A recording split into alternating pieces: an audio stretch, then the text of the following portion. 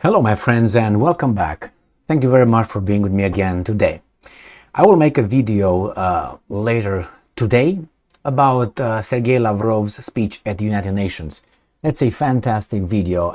It's about 20 some minutes, the whole video, but I will just probably take sections out of it and I will comment them. But in the meantime, in that speech, Lavrov talks about the Western cliches and talking about this and that, throwing just the names, and that's it. Not using logos, using pathos. And here we have an example of that, where we have a former ambassador, NATO ambassador, US ambassador to NATO, and I don't know that such thing exists, but anyway, ambassador to NATO. And this guy is going to be interviewed by this very hateful person, I would say. I heard her, and very disrespectful. And this is Christine Anapur. I heard her many times. I listened to her shows, sometimes when she interviewed people of certain kind of interest to me. Here she is, and that weasel over there. So she is very rude with people that are bad dudes, and with people who are good dudes. She's very interesting and important. Anyway, moved at the side. This guy right here, this guy, he's going to provide us with evidence why Putin, right there, is not going to stop. So Putin is not going to stop, says former ambassador to NATO, as he warns against war fatigue. So it's going to be about, 20 seconds, the clip I'm interested in, because everything else is garbage. I mean, the whole thing is garbage, but it's good to look in garbage because you learn and you can use it in examples, like I am right now. So he's going to provide us the evidence why Putin will not stop. And he will, according to this guy, just continue going, I don't know, maybe take over the United States of America as well, Europe, of course, and so on. So I'm going to start from the minute, 2:20, and it's going to be about this guy, this weasel is going to talk. So let's see, what do we have here? Okay, let me see. Not that. Congress. Yeah. Well, Finally. I think turning it to the U.S. side, I think there is a growing sense that we don't see an end in sight. And you hear that from members of Congress. How much is this going to cost? How long is it going to go on? So there's a frustration there.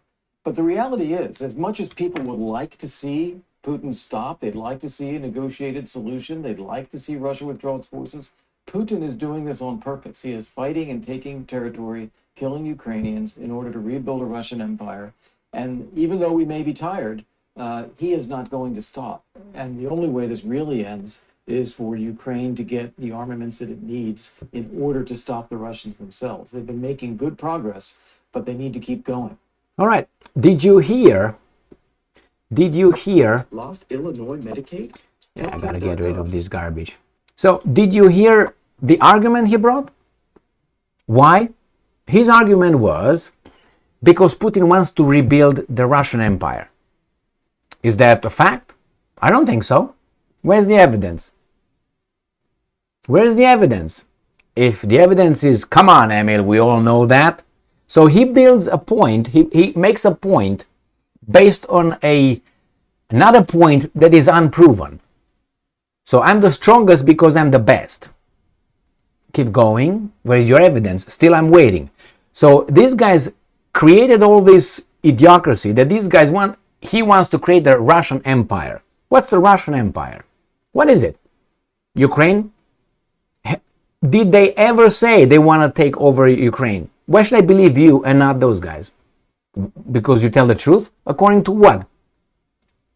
I mean, if you say that these guys never lied, I will refer you to the war in Iraq, for instance. All right? How that started. How they invaded. Okay, so let's don't get that little, I'm virtuous, more virtuous than you, because why? So nevertheless, he wants to make the Russian Empire. Okay, the Russian Empire. This guy is going to keep going on and until when? They said, among others, these idiots, that Putin was going to take over Europe. Actually, Ukraine is defending us. That's what we've been told. So I don't remember Europe being part of the Russian Empire.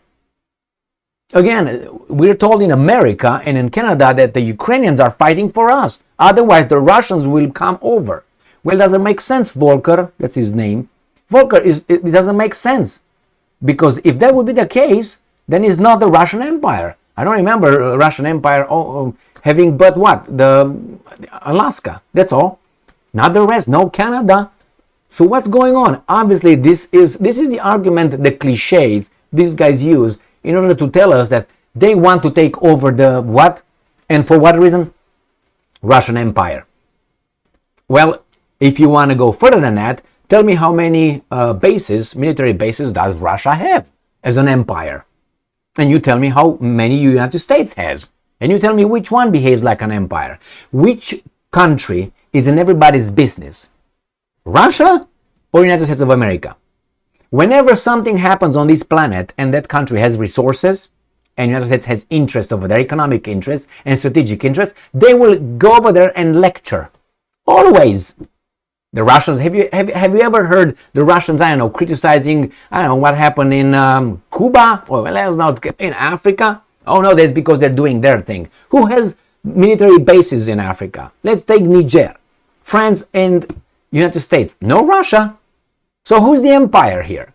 We should not forget that the way that Russia was created, so was United States of America. The same way, by conquering. So if Russia is an empire, the United States is an empire as well. And I think we have more argument to say that to support the statement that actually the United States is more of an empire than Russia.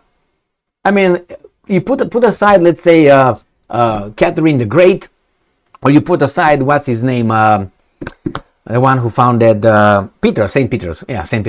Peter the Great. You take Peter the Great, you get Catherine the Great. When were those guys in charge? And you see how the United States was formed, little by little. In 1950, they got, I can't remember if it was 1950, around that, 49, 50, not even 50 something. They took Hawaii, was it in 1950, something like this? When they overthrew the Queen, was that in 1950s? Or before that?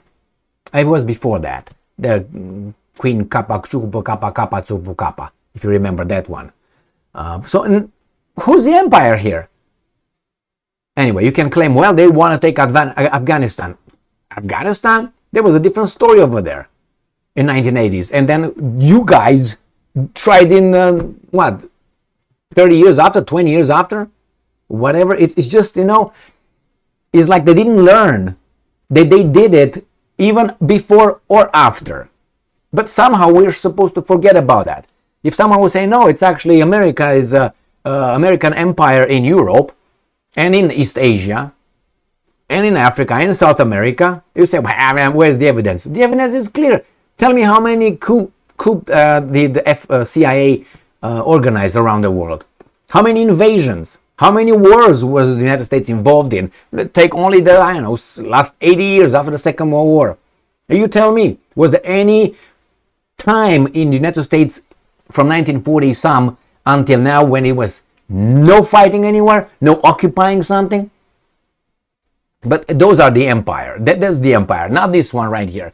I mean, it's just cliches.